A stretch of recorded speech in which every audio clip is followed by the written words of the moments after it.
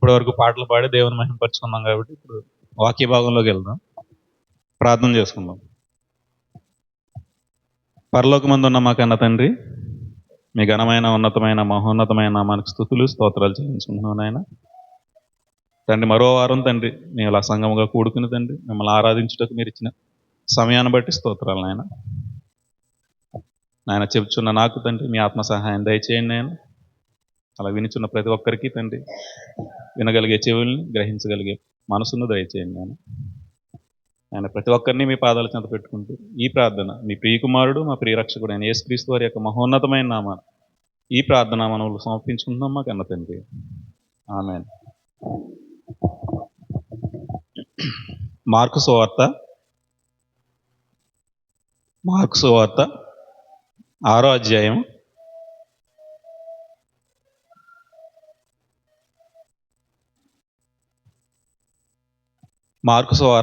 6వ అధ్యాయం 2వ వచనం. విశ్రాంతి దినం వచ్చినప్పుడు ఆయన సమాజ మందిరములో బోధింపనారంభించెను.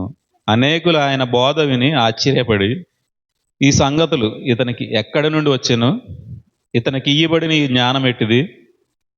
ఇతని చేతుల వలన ఇటు అద్భుతములు చేయబడుచున్నవి ఇదేమి? ఇతడు మరియ కుమారుడు గాడా? ఇతడు యాకోబు, యోసే, యోధ, సీమోను అని వారి సహోదరుడు గాడా? అని వడ్లవాడు కాడా? ఇతని సోదరీమణులందరూ మనతో నున్నవారు కారా? అని చెప్పుకొనుచు ఆయన విషయమై అభ్యంతరపడిరి. యేసుక్రీస్తు వారు సమాజ మందిరంలో బోధిస్తూ ఉండగా అక్కడ ఉన్నవారు ఏమంటున్నారు? ఎక్కడి నుంచి వచ్చింది జ్ఞానం? ఇటు అద్భుతాలు ఎక్కడి నుంచి చేస్తున్నారు? ఎలా చేస్తున్నాడు అని చూస్తున్నారు తప్ప ఆయన ఏం చెప్తున్నాడు, ఎలా ఉండమంటున్నాడు అనేది వారు గ్రహిస్తలేదు. మనతో ఉన్నవాడు కదా, మనతో తిరిగినవాడు కదా, ఈ వడ్లవాడు కదా. ఇక్కడ అతని యొక్క స్థితిని చూస్తున్నారు తప్ప అతను ఏం చెప్తున్నారు, ఆయన యేసుక్రీస్తు వారు ఏం చెప్తున్నారు, ఎలా ఉండమంటున్నారు అనేది వాళ్ళు చూస్తలేదు. వాళ్ళందరూ ఏం చేస్తున్నారు? అభ్యంతరపడుతున్నారు. చెప్పే సంగతిని వదిలిపెట్టి వాళ్ళు ఎక్కడో ఆలోచించుకుంటూ శరీర సంబంధమైంది, మనతో ఉన్నవాడు కదా, మనతో తిరిగేవాడు కాదు, వడ్లవాడు కుమారుడు కాదు అంటే ఎంత చీప్గా చూస్తున్నారు. కూడా ఉన్నవాడికి జ్ఞానం ఉండకూడదా? దేవుడు ప్రతి ఒక్కరికి జ్ఞానాన్ని అనుగ్రహిస్తాడు. అనుగ్రహించిన జ్ఞానాన్ని మనం చెప్పేటప్పుడు ఎదరవాళ్ళు ఏం చేయాలని విశ్వసించి దాన్ని నమ్మాలి. నమ్మినప్పుడు మాత్రమే మనం ఆ సంగతులను గ్రహించుకుంటాం. ఎప్పుడైతే మనతో ఉన్నాడు, మనతోనే తిరుగుతున్నాడు అని మనం ఎప్పుడైతే తక్కువ చేసి చూస్తామో అప్పుడు చెప్పే సంగతులు మనకి అర్థం కావు. అందుకు యేసు ప్రవక్త తన దేశంలోను, తన బంధువుల్లోనూ, తన ఇంటి వారిలోనూ తప్ప మరి ఎక్కడా గణహీనుడు కాడని చెప్పాను. ఎప్పుడైతే యేసుప్రభు వారు ఈ సంగతులు చెప్తున్నారో వాళ్ళు అందరూ ఎలా చూస్తున్నారు? తక్కువ చేసి చూసినప్పుడు యేసుప్రభు వారు ఏమంటున్నారు? ప్రవక్త తన దేశంలోనూ, తన బంధువుల్లోనూ, తన ఇంటి వారిలో తప్ప ఎక్కడా గణహీనుడు కాడు. ప్రతి ఒక్కరు ఏం చేస్తారు? గణహీనంగా చూస్తారు. ఎంత ఘనమైన సంగతులు చెప్పినా గణహీనంగానే చూస్తారు తప్ప చెప్పే సంగతులు వారు గ్రహించరు.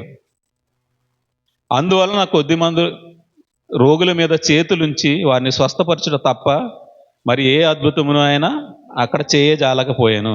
ఆయన వారి అవిశ్వాసమునకు ఆశ్చర్యపడాను. వారికి ఏముంది? అక్కడ అవిశ్వాసం ఉంది. వారి అవిశ్వాసానికి ఏం చేశారు? ఆయన ఆశ్చర్యపడి అక్కడ ఏమీ చేయలేకపోయాడు.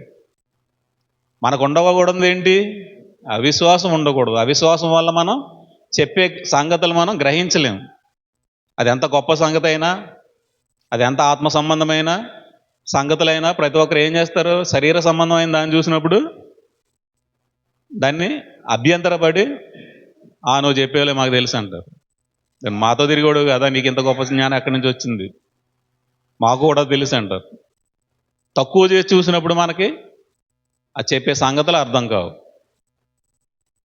సామెతల గ్రంథం 8వ అధ్యాయం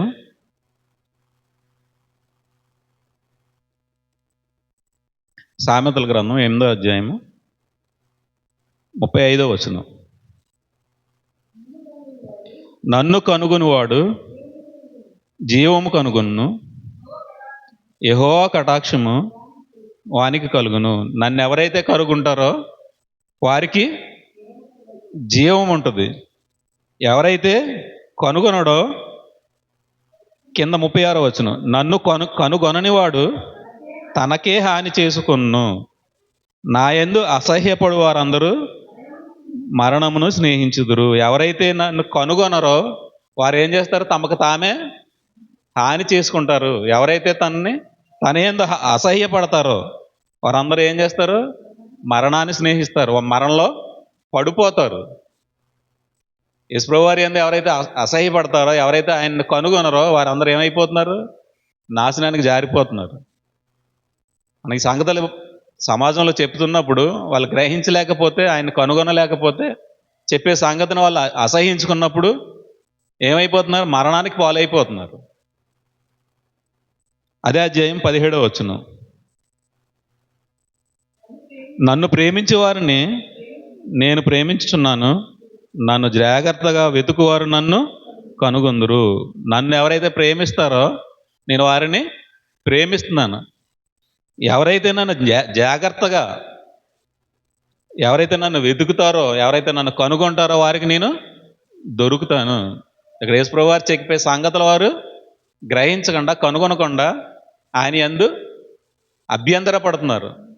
ఆయన చెప్పే సంగతులు యందు వారు నమ్మకం ఉంచలేకపోతున్నారు, విశ్వాసం ఉంచలేకపోతున్నారు. అపోస్తుల కార్యములు 26వ అధ్యాయం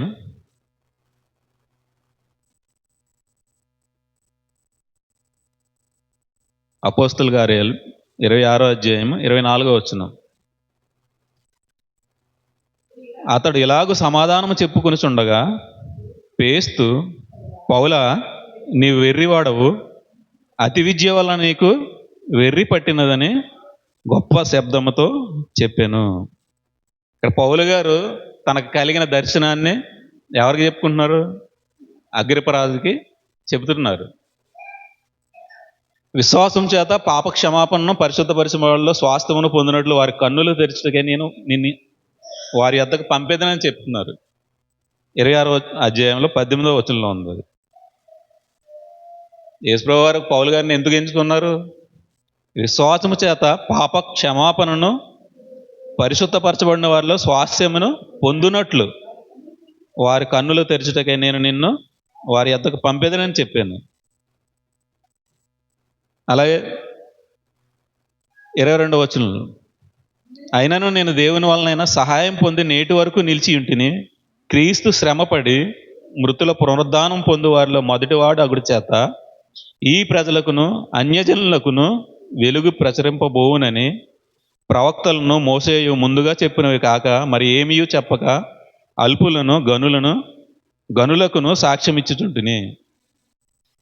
యేసుప్రభువు వారు శ్రమపడి పునరుద్ధానుడై అందరిలో మొదటివాడుగా ఆయన నిలిచాడు. ఆయన గురించి ప్రవక్తలు, మోషే ఎవరైతే చెప్పారో ఆ సంగతులు తప్ప నేను వేరే సంగతులు వీళ్ళకి చెప్పటం లేదు.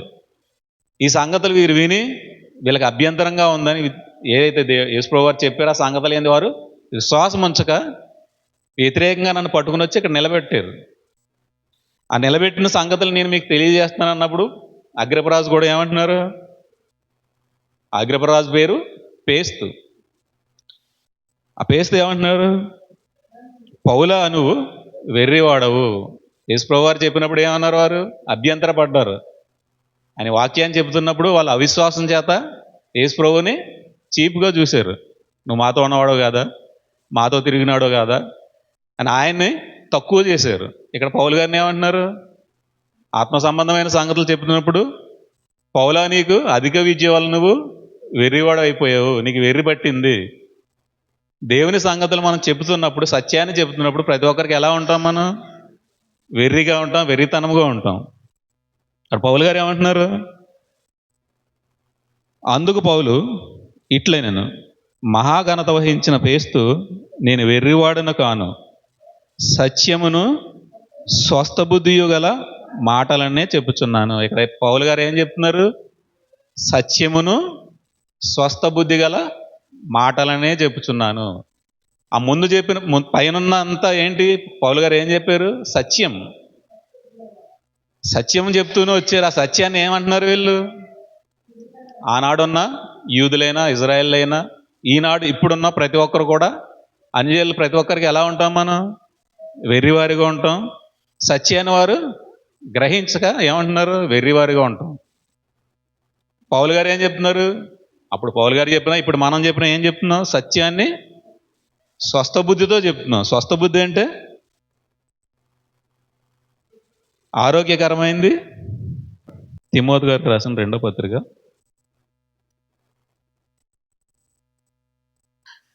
1వ అధ్యాయం 7వ వచనం. దేవుడు మనకు శక్తియు ప్రేమయు ఇంద్రియ నిగ్రహము గల ఆత్మనే ఇచ్చెను. ఇంద్రియ నిగ్రహము గల ఆత్మనే అంటే కింద ఏముంది పుట్టినోట్లో? స్వస్థ బుద్ధి గల. స్వస్థ బుద్ధి అంటే పరిశుద్ధాత్మ దేవుడు. ఎవరికైతే పరిశుద్ధాత్మ దేవుడు ఉంటాడో వారికి మాత్రమే స్వస్థ బుద్ధి ఉంటుంది. ఆ స్వస్థ బుద్ధి ఉంటేనే చెప్పే సంగతులు గ్రహించగలరు. అందుకే పౌలు గారు ఏమంటున్నారు?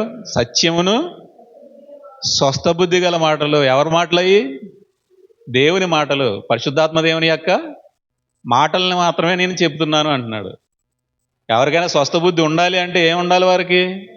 పరిశుద్ధాత్మ దేవుడు ఉంటేనే వారు స్వస్థ బుద్ధి కలిగి ఉంటారు. ఆ స్వస్థ బుద్ధి కలిగి ఉంటేనే దేవుని ఆజ్ఞలకు లోబడి బ్రతుకుతారు. వారు మాత్రమే విశ్వాసం ఉంచుతారు.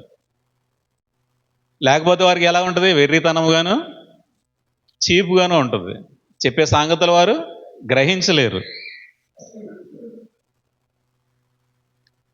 రోమపత్రిక, రోమీయులకు రాసిన పత్రిక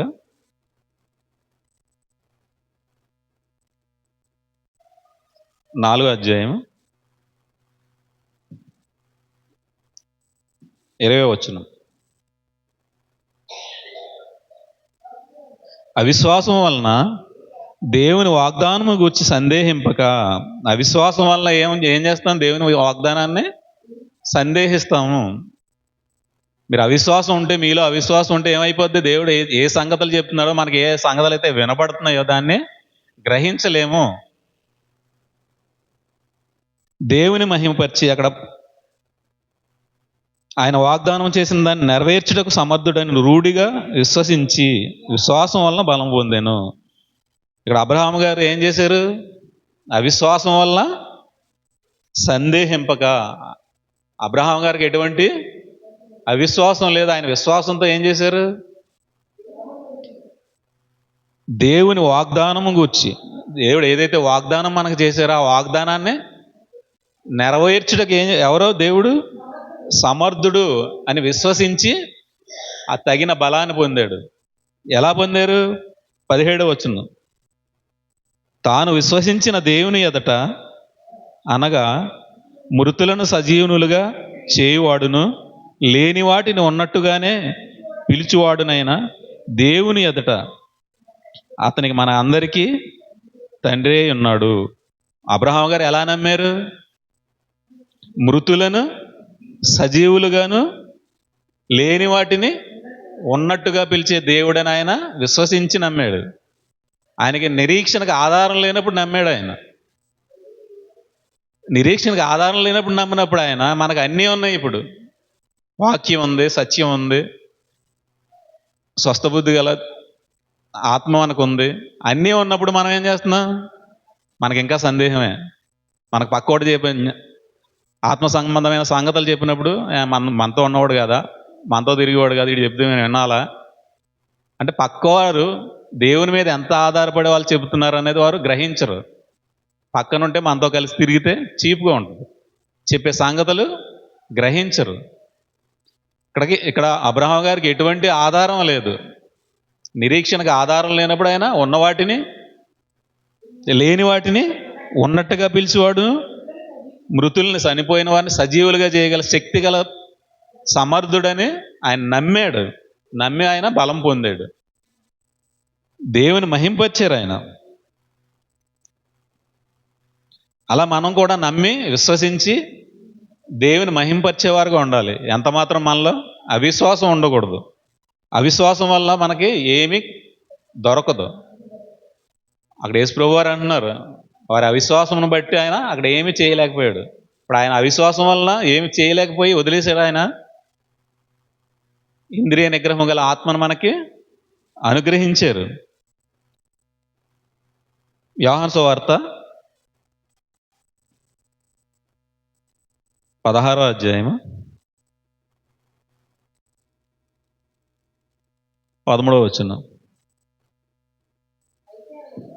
అయితే ఆయన అనగా సత్యస్వరూపి అయిన ఆత్మ వచ్చినప్పుడు మిమ్మును సర్వసత్యములోనికి నడిపించును. ఆయన తనంతట తానే ఏమీ బోధించగా వేటిని వినునో వాటిని బోధించి సంభవింపబో సంగతులను మీకు తెలియజేయను. యేసుప్రభు వారు అక్కడ వాళ్ళని వదిలిపెట్టేయలేదు. ఆయన ఏం చేశారు మరి? ఆయన మరణాన్ని మింగివేసిన తర్వాత, మరణ సమాధి పునరుద్ధానం తర్వాత, ఆయన మరణించిన తర్వాత ఏమయ్యారు? పునరుద్ధానుడయ్యాడు. మరణం ఆయన్ని ఎంత మాత్రం బంధించి ఉండలేదు. ఆయన పునరుద్ధానుడైన తర్వాత ఏమి వస్తుందని చెప్పారు మనకి? సత్యస్వరూపి అయిన ఆత్మ వస్తుంది. ఈ ఆత్మ ద్వారా మీరు సత్యాన్ని గ్రహించగలరు. ఎప్పుడైతే వారు ఇజ్రాయిల్ ఎప్పుడైతే వారు ఆయన్ని నమ్మలేకపోయారో, ఆ నమ్మలేకపోయిన వారిని వదిలిపెట్టి ఆయన వెళ్ళిపోలేదు.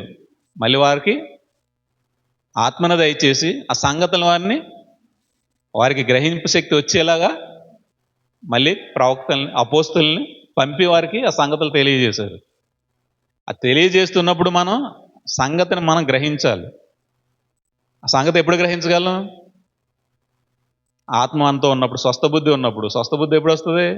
ఆత్మ ఉన్నప్పుడు. పరిశుద్ధాత్ముడు ఎప్పుడు వస్తాడు మన దగ్గరికి? ఎప్పుడైతే యేసే రక్షకుడని, ఆయన ద్వారా మాత్రమే నాకు రక్షణ ఉంది, పాపక్షమాపణ ఉందని ఆయన ఒప్పుకొని, ఆయన రక్తంలో మన పాపాలను కడుక్కుని ఎప్పుడైతే బాప్తీసం తీసుకుంటామో అప్పుడు మనకి ఆత్మ సహాయం అందుతుంది. అప్పటి వరకు మనకి స్వస్థ బుద్ధి మనకు రాదు. అప్పటి వరకు మనం విశ్వాసం ఉంచలేము దేవుని ఎదుట. దేవుని యందు విశ్వాసం ఉంచాలి అంటే మనకి ఆత్మ కావాలి. ఆత్మ ఉన్నప్పుడే మనం విశ్వాసంతో ముందుకి కొనసాగలం. అదే రోమపత్రిక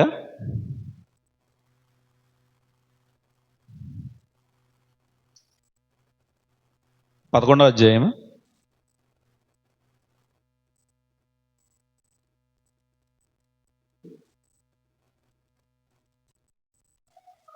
20వ వచనం. మంచిది, వారి అవిశ్వాసమును బట్టి విరిచివేయబడిరి. నీవైతే విశ్వాసమును బట్టి నిలిచి ఉన్నావు. గర్వింపక భయపడము. మంచిది, వారు అవిశ్వాసమును బట్టి. యేసుప్రభు వారే చెప్పినప్పుడు వారు నమ్మలేదు. పౌలు గారు అపోస్తులు చెప్పినప్పుడు కూడా వారు నమ్మలేదు. కాబట్టి వారు ఏమైపోయారు? ఇశ్రాయేలు యూదులు విరిచివేయబడ్డారు. వారి అవిశ్వాసమును బట్టి విరిచివేయబడ్డారు. ఇప్పుడైతే మనకి విశ్వాసమును బట్టి మనం నిలిచి ఉన్నాం. మనకు దేవుడు దొరికేశాడు.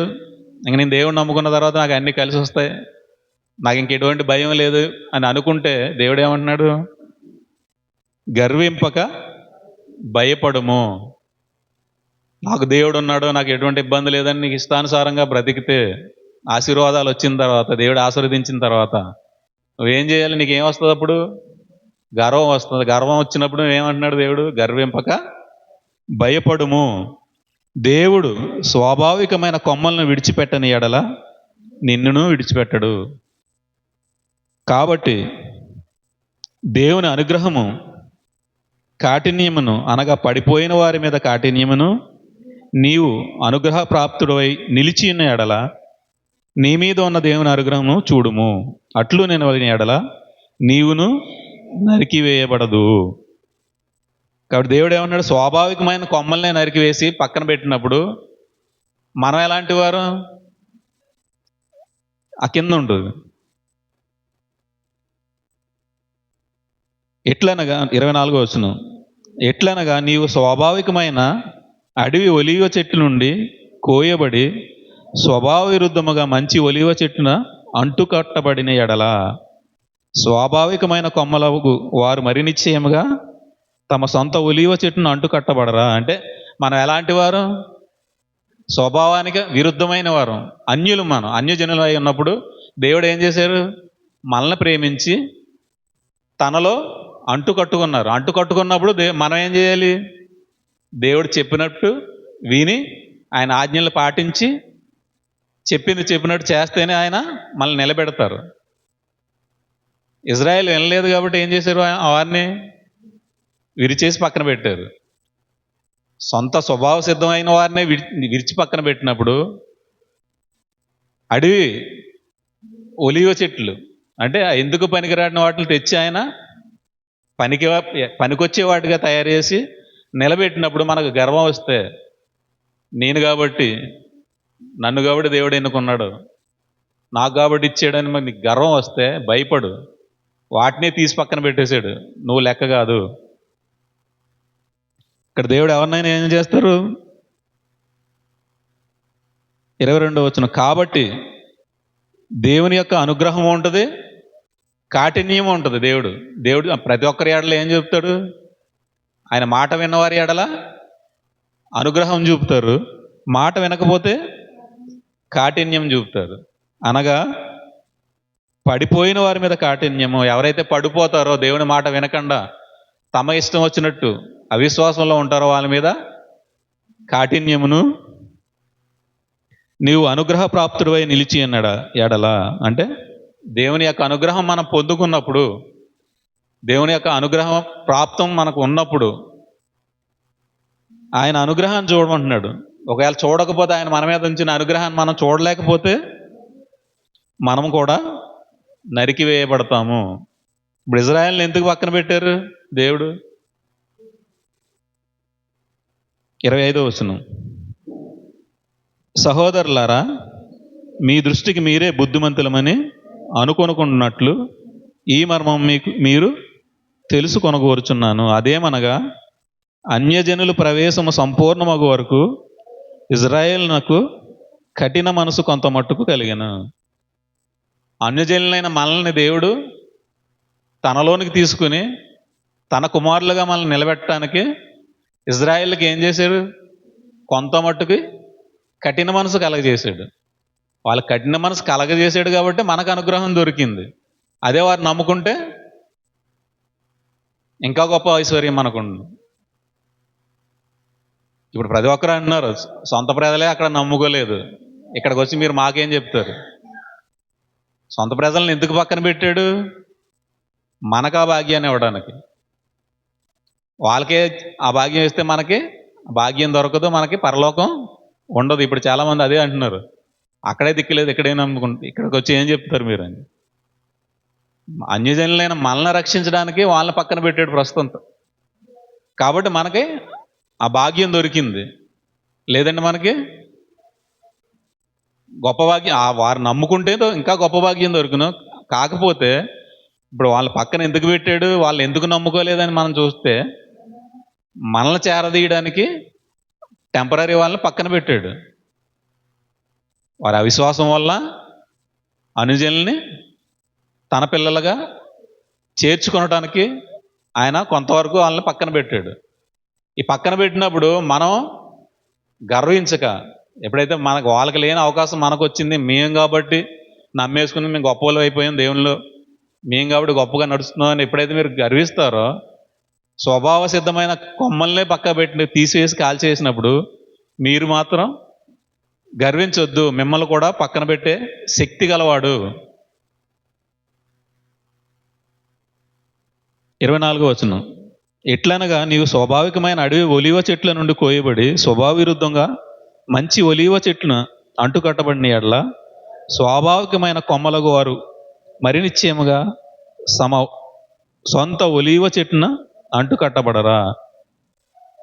వాళ్ళు తీసేసి మీకు అవకాశం ఇచ్చినప్పుడు మీరు గర్విస్తే, సొంత వారినే తీసి పక్కన పెట్టినప్పుడు మిమ్మల్ని కూడా పక్కన పెడతాడు. అలాగే అనుజనులైన మిమ్మల్ని దేవుడు ఏం చేశాడు? స్వభావ విరుద్ధంగా ఉన్న మిమ్మల్ని కూడా మనల్ని కూడా అంటుకట్టాడు దేవుడు. అడవి ఒలివ చెట్లని అంటుకట్టినప్పుడు స్వభావ సిద్ధమైన వారిని మరి నిశ్చయముగా అంటుకట్టడానికి ఆయన శక్తిమంతుడు.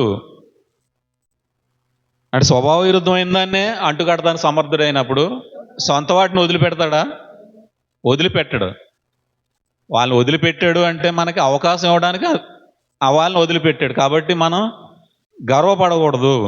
మీ దృష్టికి మీరే బుద్ధిమంతులు కాబట్టి మేము మమ్మల్ని దేవుడు ఎన్నేసుకున్నాడు, మేము దేవుళ్ళలోకి వచ్చేసాం, దేవుడు మనల్ని కొనసాగిస్తున్నాడు, మాకు ఆశీర్వాదాలు ఇచ్చారని మిమ్మల్ని మీరు హెచ్చించుకుంటే వారినే పక్కన పెట్టినప్పుడు మిమ్మల్ని పక్కన పెడతాడు. గర్వపడవద్దు. మీరు జాగ్రత్త, దేవుడు ఏదైతే విషయం చెప్తున్నాడో ఆ విషయాన్ని మీరు జాగ్రత్తగా ఆలకించి అవిశ్వాసంతో కాక విశ్వాసంతో ఆయన్ని వెంబడించాలి. విశ్వాసంతో వెంబడిస్తే మట్టు మీరు అంటు కట్టబడి ఆయనలో కొనసాగుతారు. లేదు గర్వం వచ్చిందా, గర్వం వస్తే ఏమైపోతాం? పెరిగి వేయబడి కాల్చివేయబడతాం. దేవుడిచ్చే అనుగ్రహం మనకి దొరకదు. కాబట్టి ఇక్కడ పౌలు గారు చెప్పిన, అపోస్తులు చెప్పిన, ఈరోజు మనం చెప్పిన సంగతులను గ్రహించాలి తప్ప అవిశ్వాసంతో వీరు మనతోనే ఉన్నారు, వీరికి ఎంత గొప్ప జ్ఞానం ఎక్కడి నుంచి వచ్చింది, మనతో ఉన్నవారు కాదా, వీరు చెప్పే సంగతులు మనం పట్టించుకోవాలని ఎప్పుడైతే మనం దేవుని యందు విశ్వాసం ఉంచక, దేవుని యందు నమ్మకం ఉంచకుండా శరీర సంబంధమైన సంగతులను చూస్తే మనం ఎంత మాత్రమో అంటు కట్టబడలేము. ఎప్పుడైతే విశ్వాసంతో మనం ముందుకు కొనసాగుతామో దేవుడు మనల్ని నిలబెట్టడానికి సమర్థుడు. ఏ నిరీక్షణ లేనప్పుడు, నిరీక్షణకు ఆధారం లేనప్పుడు అబ్రహాం గారు నమ్మి ఆయన నీతిమంతుడిగా తీర్చబడ్డాడు. అది అపోస్తుల కార్యంలో మనం చూసే ముందు మృతులను సజీవులుగా లేపగలిగిన వాడు, లేని వాటిని ఉన్నట్టుగా పిలిచేవాడు అని ఆయన ఏం చేశారు? నమ్మాడు. రోమపత్రిక 4వ అధ్యాయం.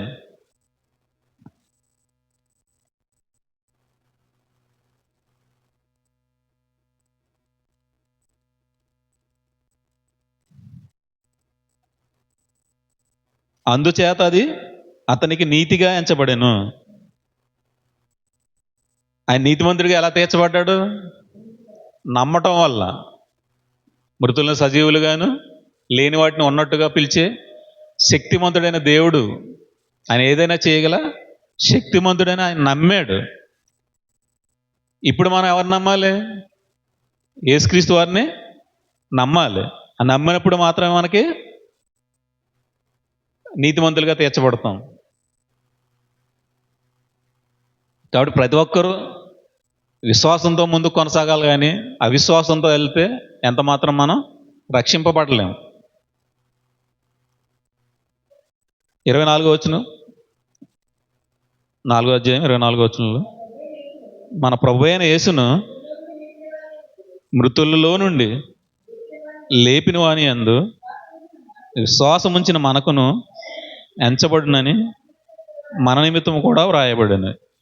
ఎప్పుడైతే ఏ నిరీక్షణగా ఆధారం లేనప్పుడు అబ్రహాం గారిని నమ్మినప్పుడే ఆయన్ని నీతిమంతుగా ఎంచాడు దేవుడు. మరి ఇప్పుడు ప్రభు అయిన యేసుక్రీస్తు మృతుల్లో నుండి లేపిన వాని యందు విశ్వాసం ఉంచిన మనకును ఎంచబడును. అదే విశ్వాసం మనం ఎవరి యందు ఉంచాలి? ఇప్పుడు యేసుక్రీస్తు యందు మనం ఎలా ఉంచాలి? మృతుల్లో నుండి యేసుక్రీస్తు వారిని లేపిన దేవునికి మనల్ని కూడా లేపుతాడని ఎప్పుడైతే మనం విశ్వాసం ఉంచుతామో అప్పుడు మనం కూడా నీతిమంతులుగా తీర్చబడతాం. అది దేని ద్వారా అవుతుంది? విశ్వాసం ద్వారా. అవిశ్వాసం ఉంటే మనకి ఎంత మాత్రం మనం రక్షింపబడలేము. ఆ రోజు యేసుప్రభు చెప్పినప్పుడు వాళ్ళు సత్యాన్ని గ్రహించలేకపోయారు. సత్యము అంటే బైబిల్లో ఉన్న వాక్యం. సత్యం అంటే వాక్యం. ఇది జరుగుతుంది, ఇదే జరుగుతుంది, ఇది తప్ప వేరే జరగదు, ఇది నిజం, అది సత్యం.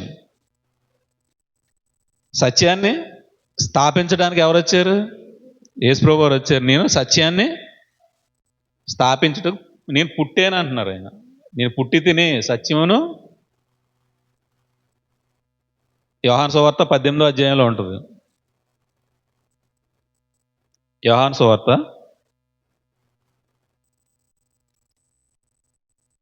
18వ అధ్యాయము 37వ వచనం.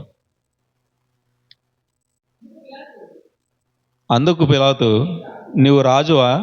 ఆయన అడుగగా, యేసు నువ్వు అన్నట్టు నేను రాజునే, సత్యమును గూర్చి సాక్ష్యం ఇచ్చుటకు నేను పుట్టి తిని. యేసు ప్రభు వారు సత్యం గూర్చి సాక్ష్యం ఇవ్వడానికి ఆయన పుట్టారు. ఆయన ఏదైతే సంగతులు చెబుతున్నారో ఇజ్రాయేల్కి, వారు ఏం చేశారు? సత్యాన్ని వారు గ్రహించలేదు. నేనే జీవము, నేనే సత్యము, నేనే మార్గము. ఆయనే సత్యం. నిలువెత్త సత్యం వచ్చి నిలువెత్తున ఆయన నిలబడి సత్యం గురించి మాట్లాడుతున్నారు. ఆయనే సత్యం. అప్పుడే వారు విశ్వాసం ఉంచలేకపోయారు. అలాంటప్పుడు ఇప్పుడు ఆయన లేనప్పుడు ఏం చేయాలి మనం? చూచి నమ్మిన వారి కంటే చూడక నమ్మిన వారు మరి ధన్యులు. కాబట్టి ఎప్పుడైతే ఆయన చెప్పినప్పుడు నమ్మలేదో వారిని ఏం చేశాడు? పక్కన పెట్టేశాడు.